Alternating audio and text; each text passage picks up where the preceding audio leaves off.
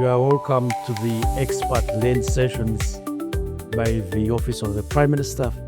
My name is Onesmus Kansiime, and today we're examining a matter that sits at the heart of every Ugandan and sits at the heart of the modern public administration: government agencies and their role in service delivery. This is not a discussion about the institutions on paper. It is a discussion about how national priorities move from plans, programs, policy directives into measurable, visible, and tangible outcomes within Uganda's planning framework that stems from the Vision 2040 and the national development plans we have to ensure that the well-being of every Ugandan is catered for. And today I'm hosting Dr. Barirega Akankwasah, who is the Executive Director of the National Environment Management Authority and also the Chairperson of the Heads of Agencies Forum here in Uganda. You are welcome, Dr. Barirega. Thank you for making time to be with us. Thank you, Ndugu Onesmus. Beyond the titles is a person called Barirega. And Barirega loves reading. Barirega loves writing. We had a conversation in the corridors, and this conversation was about some of the publications he has made. And it is an exciting topic that he has published about recently, and that is the ESG imperative. I would want us to hear it from the horse's mouth, what this ESG imperative is and how it sits at the very heart of environmental governance, not only here in Uganda, but also worldwide. Thank you, Onesmus. Once again, pleased to be hosted on this platform. And I'm happy to share our experiences as practitioners in management of government agencies.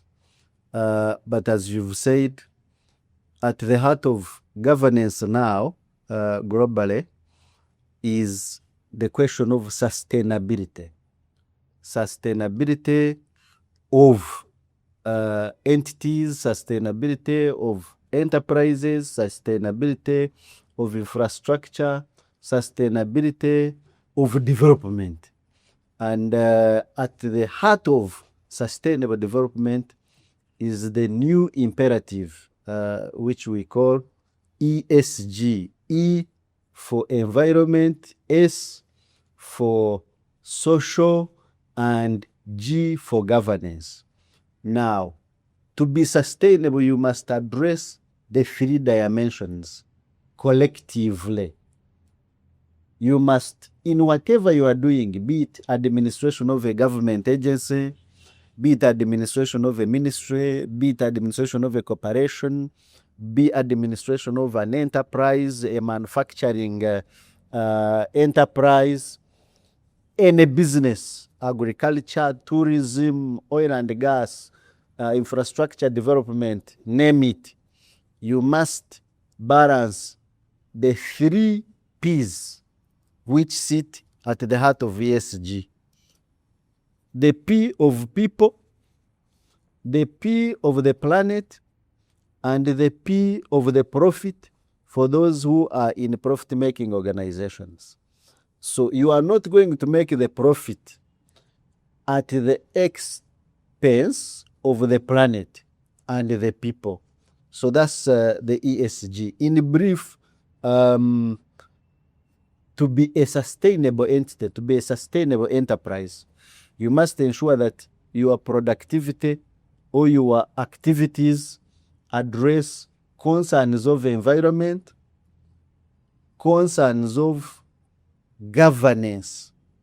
Governance here, we are talking about transparency, we are talking about accountability, we are talking about integrity, we are talking about diversity of opinions, we are talking about rights of people.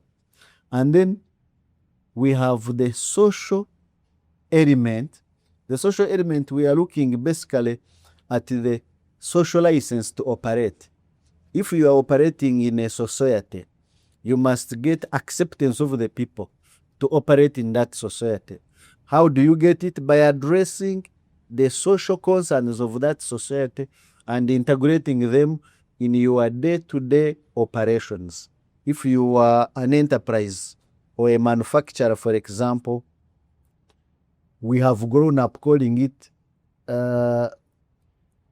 corporate social responsibility. But we have since moved, the world has since moved. ESG is now an imperative.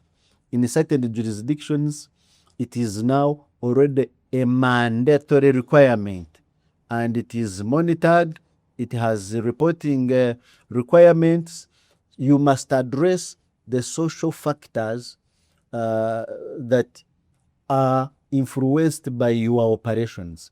For example, your operations must preserve the culture of the people that you are operating with. You must not cause social disruptions as you bring development. You must address the workers' needs, their social welfare. In other words, the welfare of the society in which you are operating must be at the heart of your operations. Now, that applies to both government agencies or government entities and the private sector. Whether you're a government agency or a ministry, you must have social license to operate. How? You are actually at the center of service delivery to the citizens. So your ultimate duty is to ensure that you satisfy citizen needs so that the citizens are happy with what you are doing through addressing issues that affect them. And of course, lastly, the environment aspect. For all operations, you must ensure that you address your carbon footprint. You reduce your carbon footprint, you reduce the amount of energy you use, because the planet is not expanding, but the population is skyrocketing. So we must optimize the usage of resources.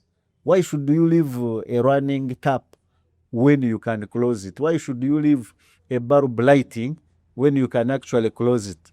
Why should you use electricity when you can enhance off-grid energy from solar, from energy, and then you optimize usage of the electricity without causing shortage to those who need it? So environment is at the heart of really optimizing the resources we use, addressing waste so that we continue adding value to the waste so that we do not have waste anymore. Because in life, there is no waste. Waste is actually a raw material for further production. So what you call waste is a description of your limitation in knowledge and technology. There is literally no waste. Now, we can continue adding value to waste, and instead of calling them waste, they become resources. Resources for energy generation, resources for electricity generation, resources for manure or fertilizer, resources for recycling of further production. So literally there is no waste. And then lastly, your carbon footprint and biodiversity loss. You must ensure that whatever you do, you don't contribute to further loss of biodiversity. And you must ensure that you don't contribute more carbon emissions or greenhouse gas emissions, because we already have a problem of climate change, and we must all work towards addressing the problem. So let's not be part of problem perpetuation, but problem mitigation. Okay. You can get more details of these principles from my book, which I have authored as part of our responsibility to guide society, to give compliance assistance to manufacturers and industry, so that instead of us going to whip them for non-compliance, we actually work with them to strengthen compliance. Thank you, Doctor. And that, of course, brings the old adage that in whatever we do, we should place purpose beyond profit. I want to bring you home to the institution where you spend your day, and that is the National Environment Authority, which of course occupies a special place in Uganda's development agenda, because environmental sustainability cuts across almost all sectors of the economy. When you speak about NEMA out there must be a specific understanding that people should get of it, which should come from you. I would want us now to speak about the mandate of NEMA, the National Environment Authority, its key milestones and achievements. And for every institution in any environment, it has challenges. What are these challenges? And for the future ahead, what's the outlook like when it comes to things to do with environmental governance? Because I know NEMA has a very big role to play in that. So NEMA was established in 1995 through an act of parliament as a principal agency for environment management in Uganda. The purpose was for NEMA to be the overall regulator of environment in order to deliver the expectations of government under Article 39 of the National Constitution, where government is obligated to ensure a clean and healthy environment for all people living in Uganda. So NEMA was established and given 4 basic mandates: to regulate, to supervise, to monitor, and to coordinate all activities of environment management in Uganda. NEMA does that through working with various lead agencies. As you know, environment is defined in 3 dimensions. There is the physical environment. When we talk about air, we talk about water and related matters. There is the biological dimension when we talk about flora and fauna, biodiversity, forests, wetlands, wildlife. And then the social dimension where we talk about culture, social safeguards and welfare of society, including health, sanitation, name it. So our role is to ensure that all the players in the space of environment, which is diverse and actually includes everything in life, because as we study in the primary school, environment is everything around us. So the environment is everything. So it is presumed that no single institution can deliver environment. So there are so many players who we call lead agencies. Now these lead agencies, because they are many, they must be coordinated, they must be regulated and supervised. So that's why NEMA was created. We do our work through lead agencies, including Ministry of Water and Environment, Department of Wetland Management, and local governments. Those are responsible for management of wetlands in Uganda. We have Uganda Wildlife Authority, responsible for wildlife conservation. We have now Forestry Sector Support Department, Ministry of Water and Environment, responsible for forestry. We have Directorate of Water Resources Management, responsible for water resources. We have Ministry of Agriculture, Animal Industry and Fisheries for fisheries and related resources. And then we have ministries, departments, agencies, each of them responsible for a particular segment of environment. Electricity Regulatory Authority, for example, for electricity regulation, Petroleum Authority of Uganda for petroleum regulation, among others. So all these lead agencies are expected to work together, and they're expected to balance development and environment. So that's how NEMA comes in, to ensure that we balance the needs of development and those of the environment. So in summary, we are in the middle of environment management and sustainable development. So we are the referees of development and environment, and for us, we look at it as one thing. We do not look at the environment separately from development. We look at integrating the two, and that's what we call sustainable development. So if you asked me one single word that I can give you that describes what we do, we are the merchants of sustainability. Yeah. We ensure that the country develops, but develops in a sustainable manner. So we are the referees between environment and development. Let's go to the challenges.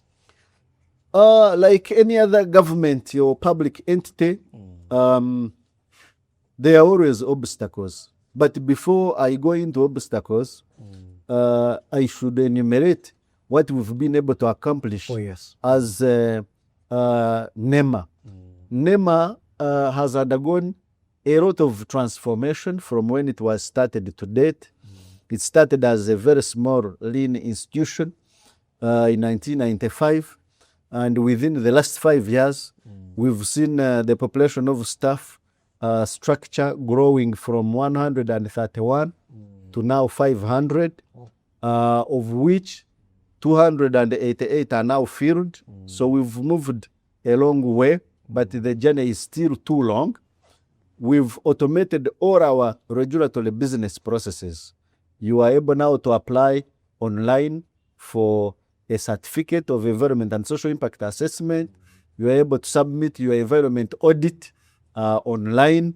You are able to obtain your license, be it waste management license, be it waste transportation license, be it management of hazardous and movement of hazardous materials across boundaries. You can now access all our services by a click on your computer. You pay online, follow up online, receive the certificate online. We continue to work with lead agencies to restore degraded ecosystems, and I am happy to report that together as a sector, we've, for the first time in the history of this country, halted further loss of forest cover. In 1900, 45% of Uganda land surface was covered by forests. This went down until 2015, when we were at 9% only. 9% of our land surface. Working together with everybody, with the National Forest Authority then, private sector, Uganda Wildlife Authority, plantation farmers, we've been able to reverse further loss of forest cover. I'm happy to note that we are now at 13% of our forest cover, and we are steadily going into the direction of 2040, where we expect at least to have 15% of our land surface covered by forest cover. If we go into wetland cover, up to 1994, our wetland cover was 15.6% of our land surface. This was lost up to 8.9% in 2015, and through restoration efforts, which you've been seeing, including removal of encroachers and restoring degraded lands, we've been able to recover the wetland cover now from 8.9 intact to 9.3% intact pristine wetland, and 13.9 overall percent of wetlands, putting Uganda in number 1 position in Africa and number 3 globally in terms of wetland cover, because the average wetland cover as a percentage of land surface is 6%. In East Africa, the average is 10%. We are at 13.9%, putting us in the top position in Africa, and we've received the various accolades, as you may know, in the space of biodiversity conservation, wetland conservation. So basically, the journey to recover our forest cover and wetlands is still on. The population has more than tripled since 1986, but the land surface remains the same. So we must address the way we relate with nature. We've done a good job in ensuring sustainability of oil and gas exploration and production. We haven't had any incident. You've seen various big projects that the government has implemented sustainably, hydropower dams, roads, bridges.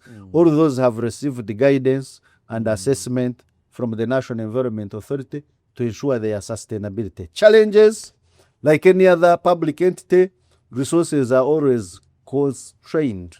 So we have resource constraints in terms of personnel, in terms of operational budgets, but these never stop us from operating because we know there is never enough resources. What matters is to use the available resources optimally to be able to achieve more using less.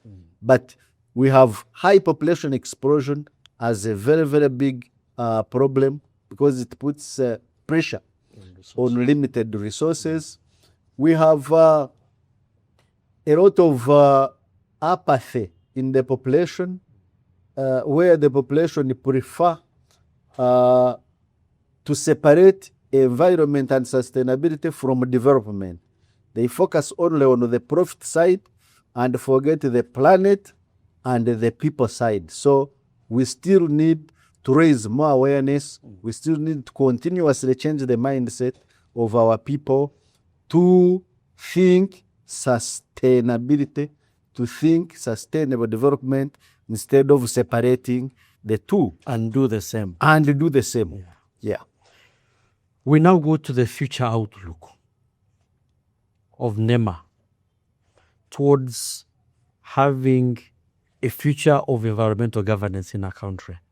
What can we hope for in the future?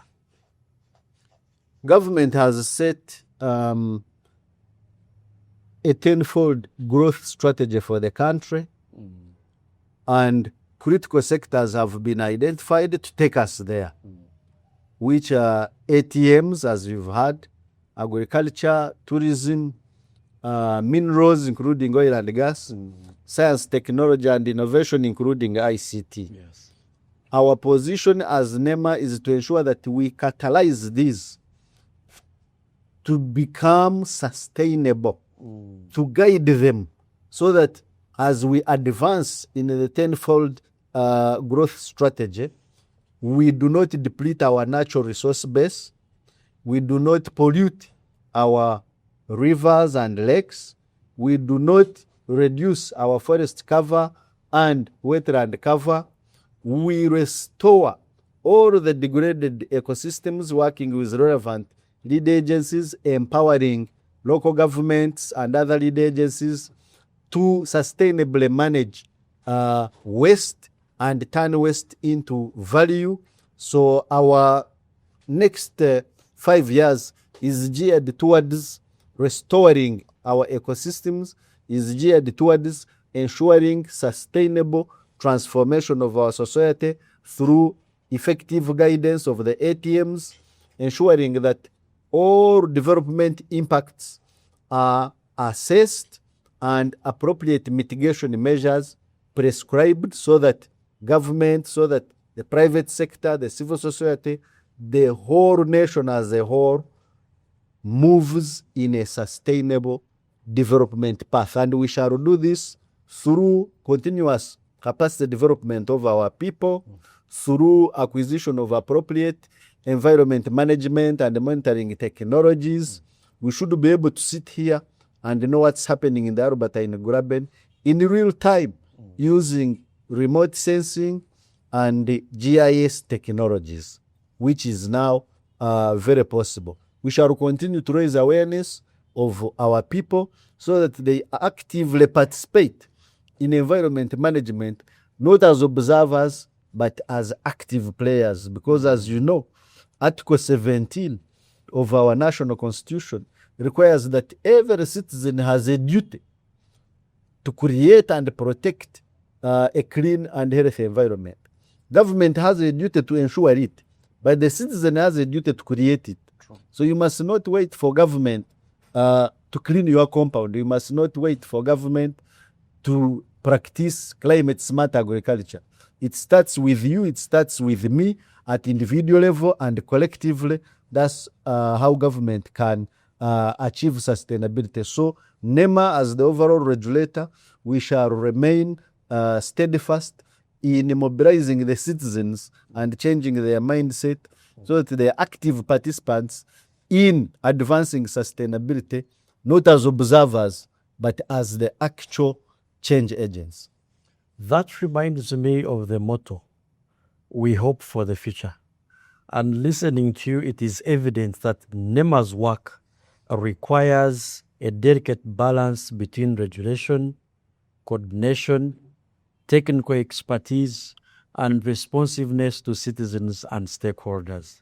In many ways, those are the very questions that confront government agencies more broadly. And I would want us to turn to the central theme of today's discussion and start with the central frame of today's conversation with that central question of what is a government agency? So, what is a government agency? We start from the name agency, the English word agency. We have an established principle of a relationship called the principal-agent relationship. So that's where the word agency is coming from. The principal is the government, which is the sovereign empowered by the people of Uganda. So the citizens vest the power and authority of sovereignty to the state or the government. Now, the government now becomes the principal agency of the people. But because government is very broad, government is very big, government has so many things to focus on, government decided to create agents of the principal. The agent is meant to exercise the delegated authority of the principal, to be more flexible, to move faster, to address emergency situations, to be on ground, but on behalf of the principal and following the aspiration, following the direction of the principal. So a government agency basically is an institution other than a ministry or department established by government to work on behalf of government to achieve a certain government objective or direction. If we take, for example, the National Environment Management Authority, the National Environment Management Authority is established by government to be a regulator on behalf of government to regulate activities of environment, but under the supervision of the Ministry of Water and Environment. The idea is that a ministry is the mainstream government, sets the policy, sets the strategy, sets the direction. Now, under the principle of best regulatory practices, the one who sets policy and strategy is not supposed to be the one to implement, because you can't monitor your own self. So the agencies are set up to implement the government policy somehow in a semi-autonomous way, but not independent of government. That's where there is a problem in the past, which is being addressed through rationalization and related endeavors. You have freedom to operate as an agency to achieve the goal and the direction of the principal, who is the government, and the government is represented by the ministry. So the freedom you have is to operate, but you don't have freedom not to be accountable. That's where the problem has been. That an agency should never think about being autonomous or independent of government. That's totally wrong. Because you are an agency of government. You are there to implement the direction, the policy, the priorities, the benchmarks of government. How then do you become independent of government when you are an agent of government? So an agency, in short, is an institution with the delegated authority of government which has freedom to operate independently, but without freedom to operate without oversight and supervision and accountability. There must be transparency, there must be reporting, there must be oversight on you. You must open up so that you work towards achieving the direction set by government, not your own direction. And now the analogy which you give of the agent and the principle, of course, clearly spells out the issue of a semi-autonomy and also the issue of complementarity of agencies to ministries in delivering national priorities. And that gives us and the people watching the precise value which agencies add within Uganda's public administration, and also do the work which ministries or the principal alone would not have done efficiently, as quickly or as technically. But of course, at the center of this efficiency, at the center of this technical delivery, there is something called planning.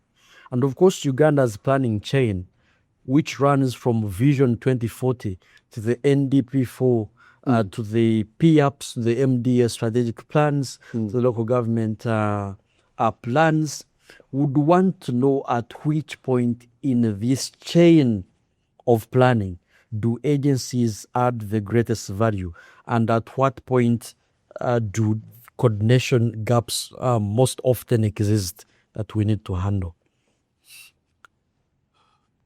Effective planning requires to be multidirectional, not top-bottom and not bottom-top. It has to be multidirectional. It should have a component of top-bottom because you need the overall direction. The government must set overall direction. That's top-bottom. But you need also bottom-top to guide you so that when you set an overall direction, you set an achievable and practical direction. So, agencies are meant to be centers of excellence for technical knowledge, for regulation, for implementation and execution of government priorities, strategies, and policies. So, because they interface with the citizens, they are at the tail end of government organogram because they are supposed to be the last mile. They are the ones dealing with the day-to-day wananchi. So they have feedback which should inform the planning. So there should be joint planning between agencies, ministries, and departments. So there is what we call a whole of government, whole of society approach.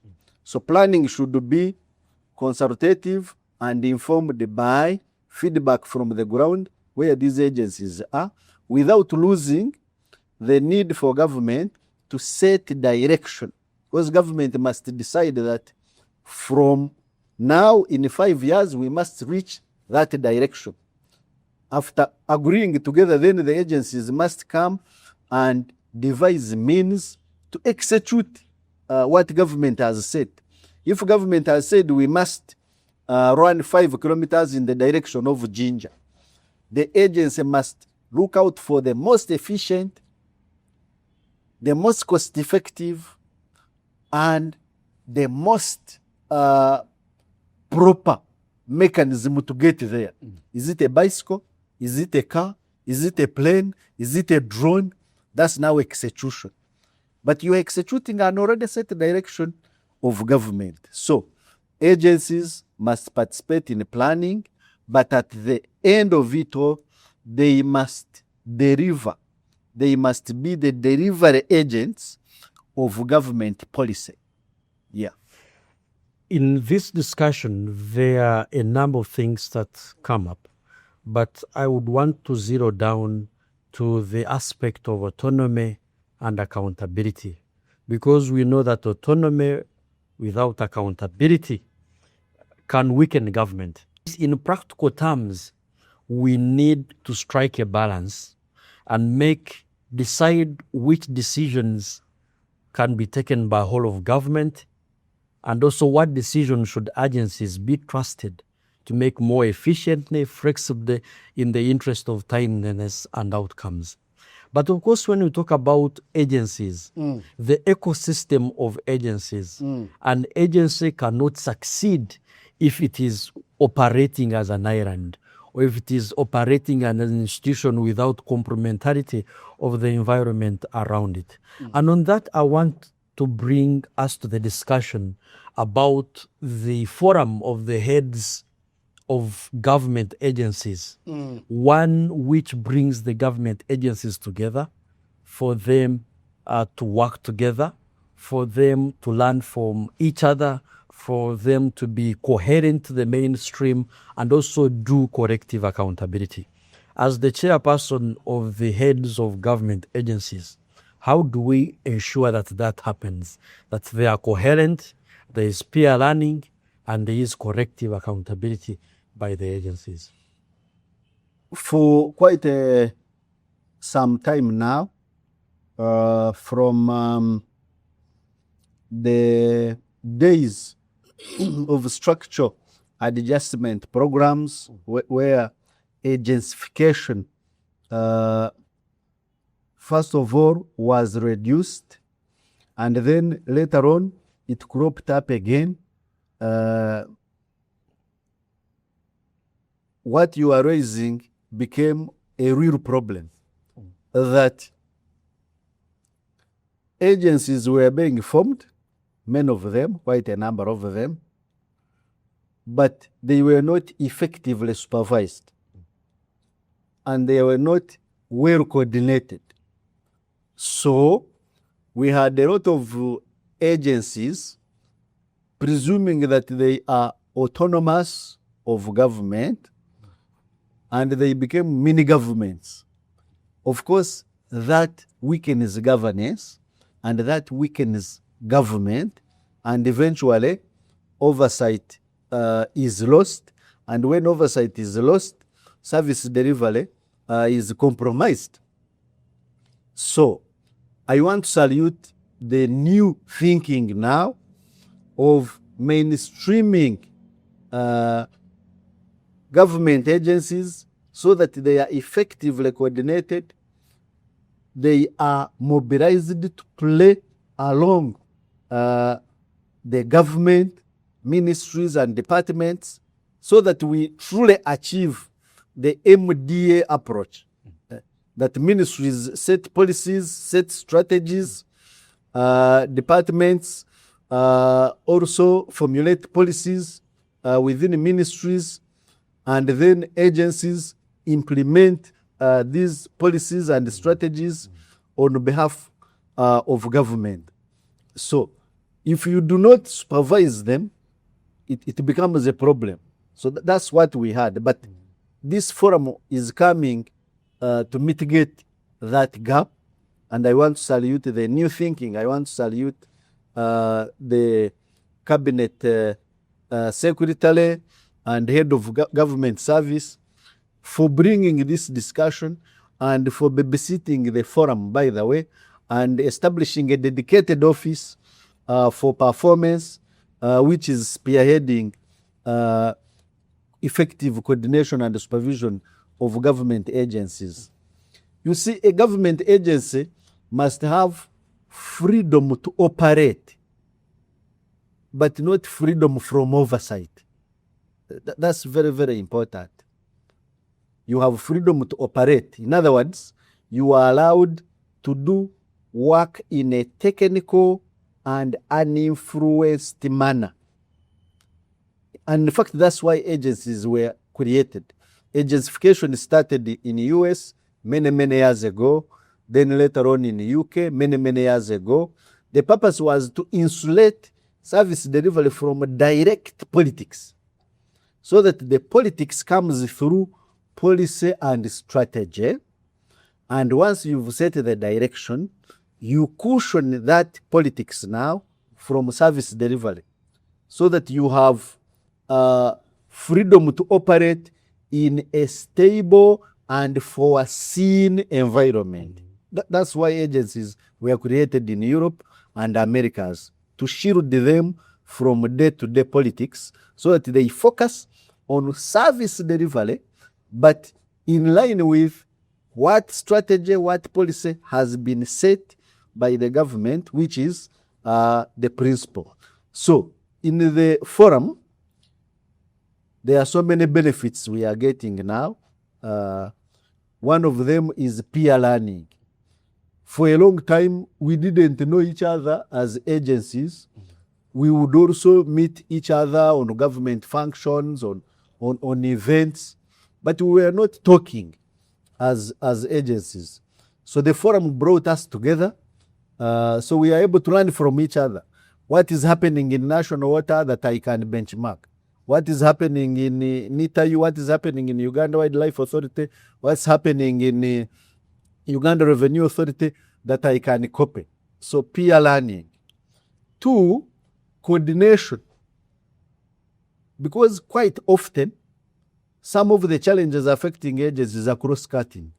Now you address them better if you are well coordinated and you have one collective voice. 3, you optimize resources and avoid duplication if you share programs and consult each other as you implement. You would find one agency is implementing a program, it's being duplicated in another agency. That breeds wastage, that breeds inefficiency. But the forum has helped us to bring us together. If I'm running a program on waste, local government institutions should know, the local governments themselves should know, and if they also have a component of, say, waste management, the forum becomes now an opportunity for us to come together and integrate our work and deliver more with less. So the forum has helped to bring us together. It has helped us to promote peer learning. It has helped us to avoid duplication, and it has also strengthened our ability to report and be accountable to government. So the forum helps us to streamline those, so that you can click, you submit one report, it is received by Minister of Finance, received by Prime Minister, received by same report. You see now how you become efficient and effective and again accountable. So the forum has helped us to be more accountable, to be more transparent, because we present the work we do. We are now going into contract performance management, where all heads of government agencies will have contracts supervised by the head of service. We now have a framework for interfacing with the forum of permanent secretaries, and we now have a forum where we can put our issues and they reach decision-making centers faster, because the head of service is also the secretary to cabinet, and once our issues are put to that office, then the issues reach faster the mainstream decision-making centers. So we believe that this is a fundamental transformative change that has come to ensure that the relationship of the principal and the agent is strengthened. There is strengthened accountability and oversight. There is strengthened reporting, but at the same time, there is also strengthened freedom to deliver services to the people effectively. It is amazing how the operation of this forum emphasizes coherence, but at the same time, this coherence does not translate to sameness. Emphasizes corrective accountability, but at the same time, this corrective accountability does not dilute individual responsibility.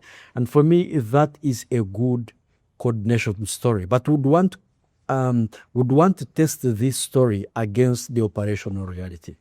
Because as agencies deliver, they deliver within an environment, they deliver not in the goodness of the concept, but are also according to the prevailing delivery conditions. I would want you to take us to the structural challenges which agencies overall face today and some of the proposed solutions to these challenges. If you asked me, the biggest challenge for agencies today are big threefold. We'll call them four. First is duplication of mandate. We still have duplication of mandate, which breeds institutional fights, I may say, or working in silos because you are not well streamlined. So there is still duplication of mandates in some instances. In some instances, you find duplication of mandates between agencies and the ministries. That's a challenge. But the biggest challenge I see normally is really resourcing. Most of the institutions are operating below capacity of personnel, below capacity of resources in terms of financial resources, in terms of skills, in terms of equipment. So there are gaps we can fill there. And then three, we still have silo mentality. The forum has done a lot in bringing us together and streamlining, but this is a new initiative which has started very well, but we still have work to do in killing completely the silo mentality so that we all operate in one whole of government and whole of society government. And then lastly, we still have manual systems. And yet the world has moved. Delivery of public service to citizens would be made easier and faster if we all automate. And when we automate, we don't only increase efficiency, we also increase transparency and accountability. And we reduce abuse of authority, arbitrary use of authority. We reduce corruption and improve accountability to the citizens. So mainly, in my view, those are the challenges, but they are surmountable. They are surmountable, and working with the forum members, we are really learning from each other and learning from best practices, taking lessons from those who have failed, and learning best practices from those who have succeeded so that we can replicate, and together we should be able to overcome those.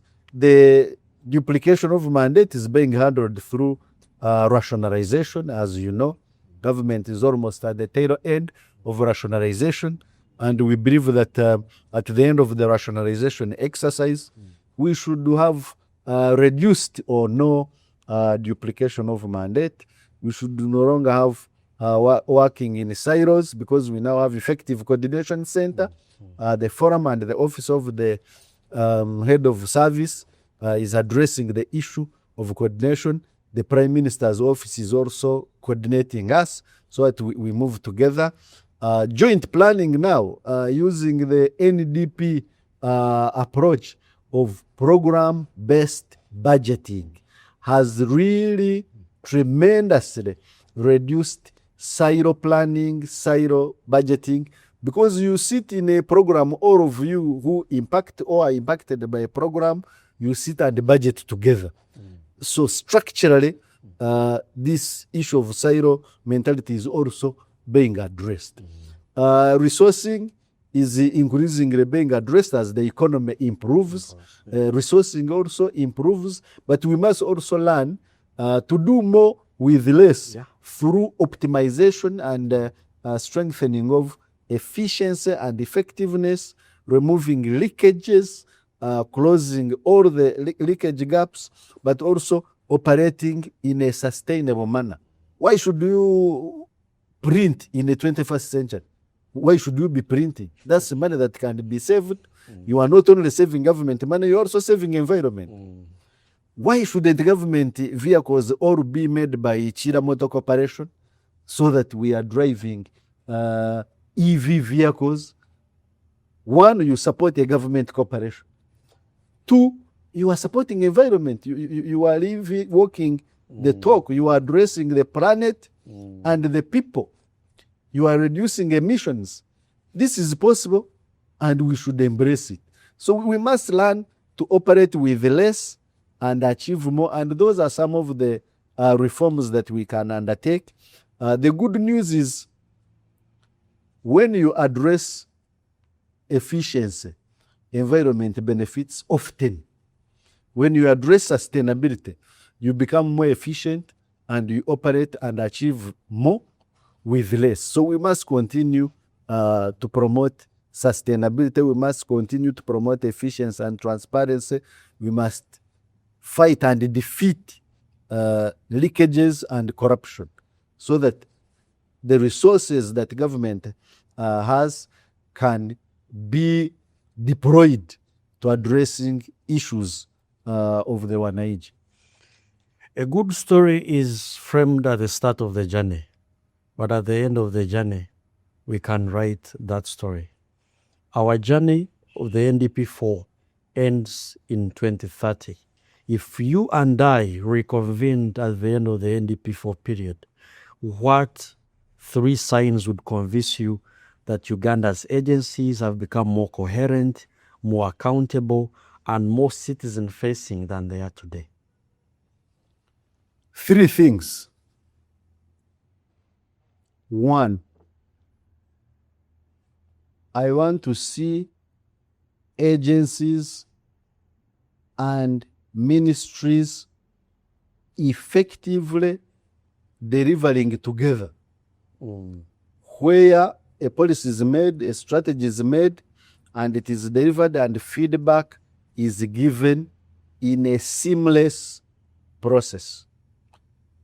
We've started the program-based budgeting, yes, structurally, but we must make it a reality. How do we make it a reality?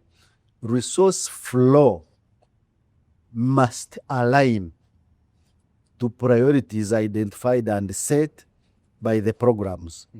Once we achieve alignment of resource flow to program priorities seamlessly, in my view, we shall have arrived. 2, I want to see all government services automated so that citizens can get government services in the comfort of their homes. That's the ultimate success of effectiveness of service delivery by agencies. Because if the citizens cannot reach you, if citizens cannot get your services minus paying a bribe or knowing someone or making a phone call, we shall say we have succeeded if a citizen can access any services from government at the comfort of their home without necessarily having to walk there, without knowing anybody, without calling anybody. And 3rd, and lastly, we should be able to say we have succeeded, we have arrived, if all agencies timely and efficiently submit reports on what they have done so that the supervisors can have a basis for holding them accountable, for citizens to hold them accountable. And we've started this journey of service delivery standards and client charters. So we shall say we have succeeded if every agency has a service delivery standards published, have a client charter published, and it is being applied. We don't want documents to gather dust or to be on websites when the practice is different. So putting into practice what we say and what we put in these client charters and service delivery standards will ultimately be the measure of success for me. In all these solutions, the citizen remains the litmus paper. The citizens are the ultimate test. For these reforms to truly work, the citizen must feel something, must touch something. And I've also discovered that the citizen shouldn't only feel the service, but they should feel they are being listened to. They should feel their message changes operations, and they should feel that feedback systems are not just symbolic. As we end this show, I would want you to give your parting shots to that citizen, an assurance that services are coming. The Ugandan citizen out there, you must know that government exercises authority and power granted to it by you and me, the citizens of Uganda. We give our power to government through electing leaders who exercise our power on our behalf, and they do so through the state structures to deliver services to you. Do not think that getting a service from a ministry, from a department, from an agency is a favor to you. It is a responsibility of an agency. It is a responsibility of a department or ministry to serve you, the citizen. So citizens must learn to demand for their rights, to demand for services, as opposed to facilitating corruption through looking for shortcuts, through giving inducements to get services which they are entitled to get. So if we are to transform our nation, it starts with you and me, the citizen, to set the standard, to hold accountable government agencies, ministries and departments, and to demand for services. And if we do not get them, to report to the appropriate authorities so that these services can be obtained, not as a favor, but as a right. But as we demand our right, we must not forget that to be a citizen who is entitled to the rights, you must also deliver obligations of a citizen. The Constitution clearly spells out obligations and responsibilities of a citizen. So don't demand for your rights as a citizen without fulfilling your obligation as a citizen. Obligation to pay taxes, for example. Obligation is to report corruption. Obligation to report subversion. Obligation to create a healthy and a clean environment in your home, in your homestead, in your areas of influence. Collectively, if we know how to demand for our rights and we deliver our obligations, together then we get a transformed and successful nation. Indeed, government agencies matter in translating national priorities into measurable public value. On this topic of the role of government agencies in the delivery of services, wouldn't have gotten a better host than the chairperson of the Heads of Government Agencies Forum here in this country. We thank him for his time and also for the depth of the discussion that we have had. My name is Onesmus Kansiime, expert-led sessions here for God and my country. Thank you very much.